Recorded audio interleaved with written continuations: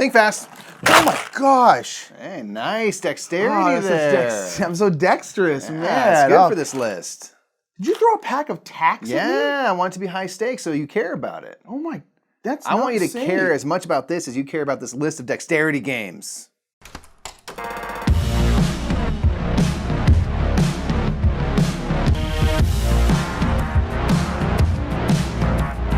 What's up, everybody? I'm Nick. I'm Mike. We are the Brothers Murph, and we're going to talk about our top 10 dexterity games. That's so dexterity games are fun because they're like flicking games or stacking games or games that have some kind of thing you got to do with your hands. You have to do a little bit of coordination in there. Right. Exactly. These are games that are always like just fun. Yeah, like they're just a good time. They're a good hang. Right? They're a good hang. So Yeah. we're going to talk about our favorite dexterity games. That's going to be flicking, stacking, all sorts of games that use your hand. Some amount of balance or something goes into them. Headbutting stuff. Headbutting things. Not enough headbutting games. There's not enough headbutting games. But maybe there'll be one on this list. Let's find out by getting into number 10.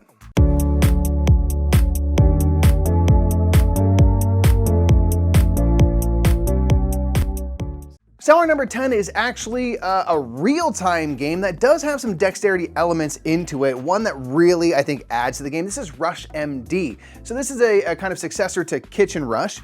This is a real-time game where you're trying to treat patients and do diagnostic tests and things using sand timers as workers. And simply, if you go to a space, you have to flip over a sand timer and wait for that timer to run out before you can use that worker again. You have doctors and nurses that have to perform different elements. And there are physical syringes with like little wooden bits you have to put in as vials of blood or medicine and pills and things. And if ever you're going into surgery, you have to use actual tweezers to move organs around and things. So there's, on top of the time crunch, this dexterity element of trying to actually get the things into the syringe and all that and get them into the bed before time runs out. And I think having just that little bit of dexterity on top of the time crunch of the real-time nature of the game really adds a level to it. So Rush MD is super fun and it's our number 10.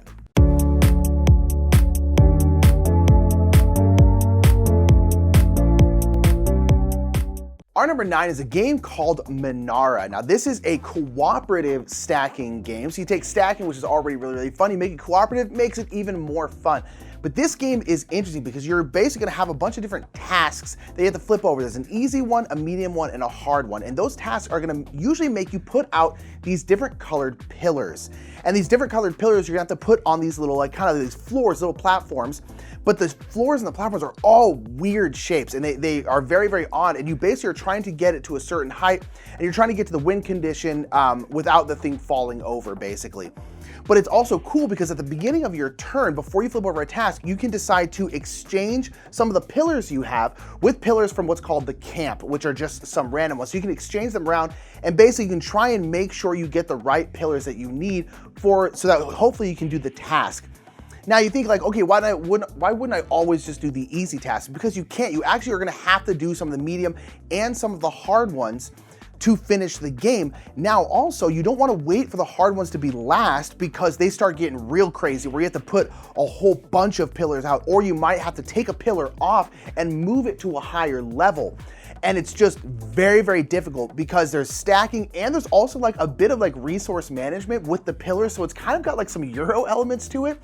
It's really fun, really tough. And it's just an absolute blast to all be working together, looking at the structure, trying to make it work. It's awesome. I really want to get it. We haven't ever seen it anywhere in a store and I really want to pick up a copy of it because it's an absolute blast. Menara is our number 9.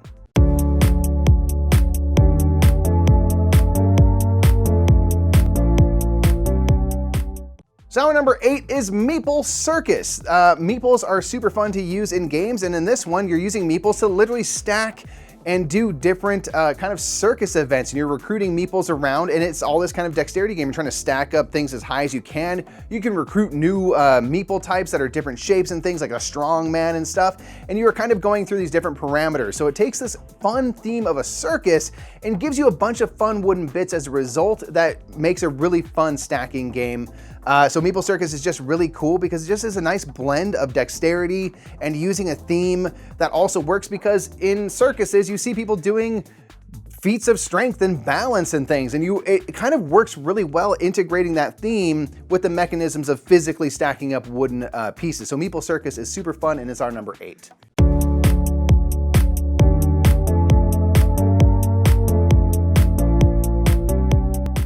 Our number 7 is the coolest game around because it's called Ice Cool's What I Did There. This is a really cool, like a penguin flicking game that's got a really cool gimmick because your board, the high school, you're a bunch of little penguins in high school or ice school, and the box itself is actually the board. There's a bunch of like little boxes inset in the big box, and you actually take them apart and then you connect them all to make a big high school. And so there's like walls everywhere and there's like little doorways, and you basically are trying to flick around your penguins, and you're trying to get fish. And there's like a hall monitor go around trying to catch all the bad penguins not being in class. It's really, really cute, really adorable.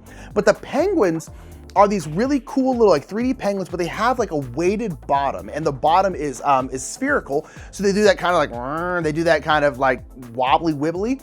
And so when you flick them, all the weight's on the bottom. So you can actually do some really cool stuff where you'll like flick them and they'll turn, and then you can actually turn them and then go like through a door to get a fish. It's really, really cool. But you can even jump over the walls. If you flick the head, it'll smack down and then pop up. And if you go over the wall, that's totally legal. So you can like legitimately do like trick shots in this game and make it work. It's so much fun. It's so cool. This is a great game if you have like kids or younger people or even just older people. We'll play with a bunch of our adult friends, and it's just an absolute blast. Ice Cool is so, so much fun. Really cool idea, really cool gimmick that works really well. It's our number 7.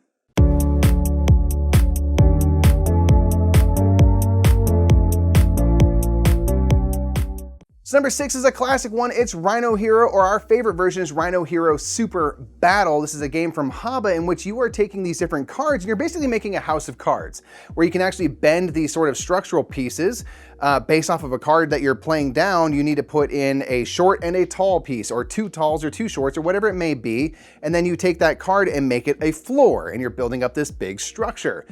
With Super Battle, there's these really fun elements of like robbers. So sometimes you have to hang these little monkeys off of the structure that you're building, and then you can move your little superhero up or down the structure. And if you run into another superhero, you start a little fight, which might again move you, push someone else down as a result. And so it's just really fun to add that little extra element to just a really fun kind of collective house of cards building game that you can end up with some pretty sizable structures, and then it becomes this epic moment of when does it all come crashing down, and does it come crashing down on your turn, and do you cause it to fall? And if you're the tallest hero on the structure and you cause it to fall, everyone else wins, you lose. So it's just these fun little things. I just really enjoy the kind of superhero theme, and then collectively trying to build this epic structure where I want to make something unstable for my friends, but then it might come around to my turn and now I have to stack something on this thing that I built. So it's this interesting kind of duality you have to deal with. And Rhino Hero Super Battle, or Rhino Hero, is just super fun.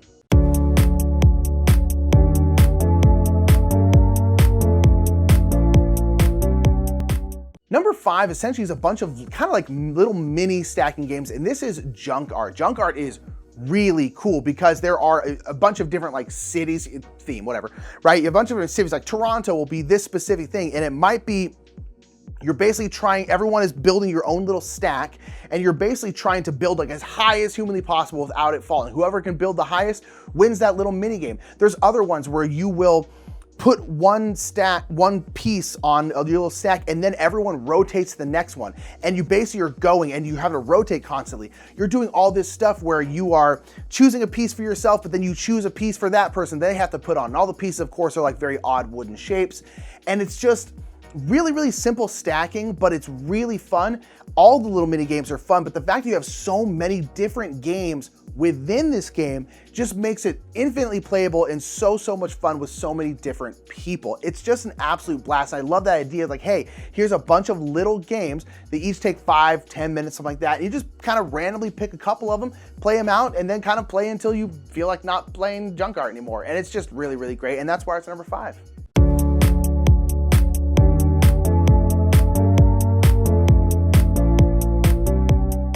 Number 4 is all about battling aliens, and it's flip ships. I can flip ships just about as good as I could fly a real spaceship.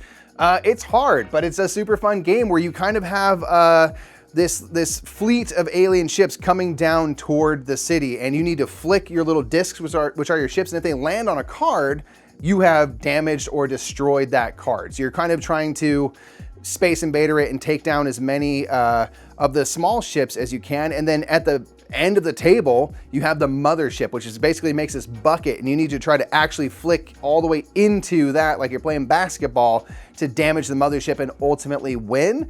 And it's a really fun game that has this cool thing where as things kind of get more dire for you and you start taking hits on your city, you actually get to level up and you get more and more ships, and ships that have slightly different powers. And it's this big cooperative game, and it's just so fun to try to do well and sometimes luck into a really good shot or have everything lined up perfect and it's the easiest shot in the world and absolutely fail. So it just always creates a really fun time full of laughs. So Flip Ships is really great, and that's why it's on our list.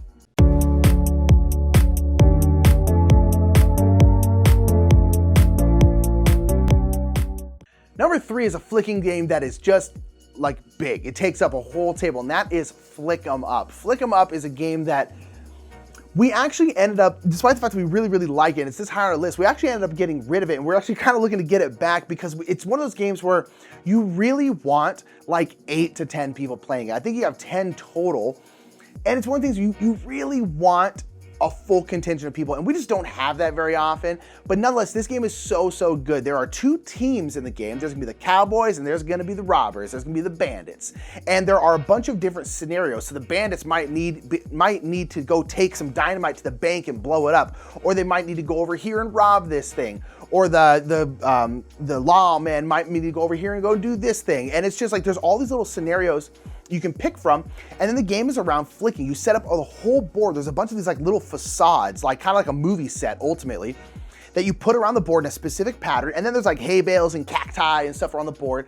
And then everyone has, if you're playing a full contingent of 10 people, everyone has one cowboy or one bandit. That's them. They're number 3, they're number 2, something like that.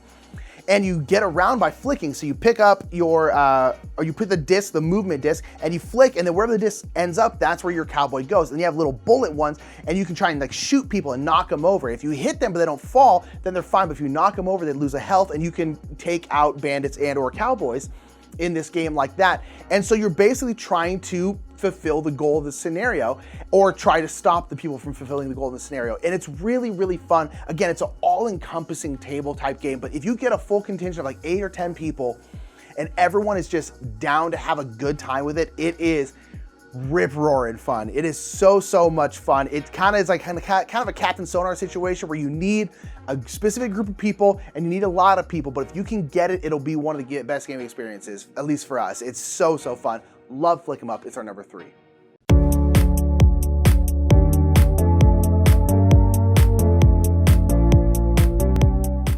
Number 2 is something they said couldn't be done. It's a roll and write, except for it's a flick and write. So it borrows kind of a Crokinole type board, and you are flicking around into 4 different zones, these different discs you have that are valued 1 to 5.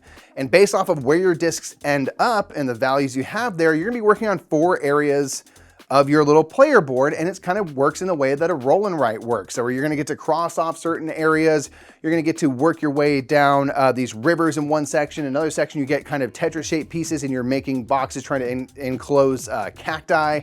All these different kind of like mini games essentially that you're playing and hoping to get the best score possible from all 4 of your little mini games. The reason we really like this one is it adds a cool dexterity element, which is like adds a skill element, whereas you could just roll dice and it's just random. Here, you can at least pretend like I have control over my fate, but you still have to pull off the shot. But people are gonna be knocking into each other, so it kind of creates some randomness. It's kind of that brilliant midpoint between completely random and completely strategic or tactical.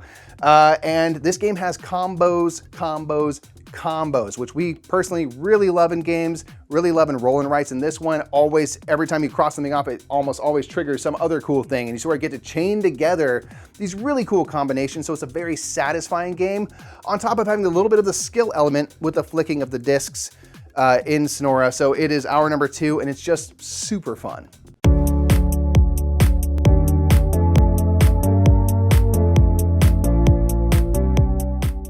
Number 1 is classic. It's gotta be number 1. It's Crokinole. It was made 7 billion years ago, and it's simple. It shouldn't be as fun as it is, but it just is. It's just so, so good. It's a game where you are flicking your discs. Yeah, you're on this big circular board. A lot of really pretty boards are out there.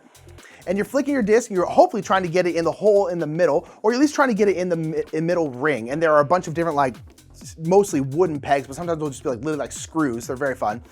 And your little pegs around, and so that'll kind of get in your way of getting in the middle. And the very first one, if there's no enemies on the board, you can just like flick anywhere you want. But if any of your opponents are on the board, you have to touch one of their discs. So you basically are trying to get your discs in an advantageous place to score, but you also need to be able to touch your opponent's disc. And that just makes, it's just simple and it's fun and it's perfect. And it just like, you start playing it and you just get so into it and you get so addicted. You want to play again and again and again and again and again. And it just, it works. It works so well. There's a reason why it's in the top 100. It's so darn good. If you haven't played Crokinole, find some of the Crokinole board, or if you're at a convention with the Crokinole board, please try it. It is an absolute blast. It's the best. It's number one. It's gotta be number one. Ah, it's so good. So that's it for our top 10 dexterity games. Yeah, now we've lots talked of about our stacking. games. Yeah, lots of stacking. It's almost like we ranked a game because we stacked it. Oh, how high can you stack that game? That analogy kind of works. It kind of fell apart, but it also kind of worked. But let us know what your favorite dexterity games are in the comments below. You've heard ours, but we want to hear yours. Yeah. So put those down. Also, if you're keen to have us do a different list, that could be a designer, that could be a publisher, a theme, a mechanism, Anything, whatever. really. Let us know in the comments below a list that you would like to see us make, and we'll do it for you. Yeah, until next time, I'm Nick. I'm Mike. We're the Brothers Murph, And we'll see you later. Bye.